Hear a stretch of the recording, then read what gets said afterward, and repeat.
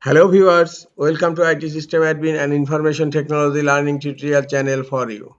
Today in this tutorial I am going to show you how to change WhatsApp language back to English on laptop or desktop computer. Sometimes it becomes very important for you, so don't forget to watch full video. To change WhatsApp default language back to English, click on gear icon on lower left corner or some cases lower right corner.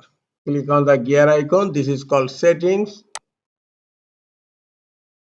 and click on the first icon, look like a monitor, and here you will find a drop down box. This is the language, and by default my language is selected Arabic. Just click on the drop down here.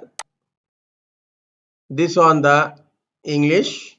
Click on English language, and this one is the confirmation. Click on confirm. Restart WhatsApp. The WhatsApp default language has been changed back to English. This is all for today. Hope this tutorial is helpful for you. Keep watching for next tutorial. Thank you very much.